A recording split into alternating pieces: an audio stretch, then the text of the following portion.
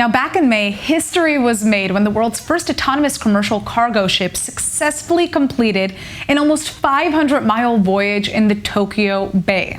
Now, this massive vessel managed to travel for 40 hours with barely any human help, and it didn't get into one accident, and that is all thanks to Orca AI. It's an Israeli company whose software helped the ship avoid hundreds of collisions autonomously. Now, joining us is Dor Raviv. He's the co-founder and CTO of Orca AI. So, Dor, how does your software work? I think we all want to understand how this process works. So thanks. So first of all, it's a data-driven product, basically meaning that we had to collect roughly 1 year of maritime data in order to train the deep learning algorithm, navigate the congested Tokyo Bay waters.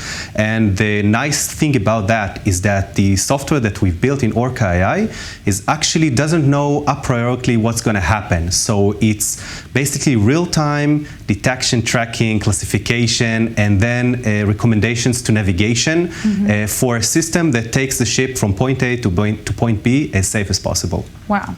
All right, so we've heard obviously of autonomous cars, of autonomous planes, autonomous, you name it, but a lot less about autonomous ships and vessels specifically. Why is there a need for autonomous vessels? So I'm sure you've heard recently a little bit more about the commercial shipping industry. One was an incident in Suez Canal, yes. Another next to the United States. And I think that today the shipping world is in a pivotal moment. Basically, after COVID, the industry adopted high bandwidth connectivity with satellite connectivity. And this is actually an enabler for new technologies which are data-driven to be put on board ships. Now, the shipping industry actually is responsible for 90% of the entire world commerce. And what we do with Orca AI is tap into directly to these big vessels and help them navigate safer in congested waters and in low visibility conditions.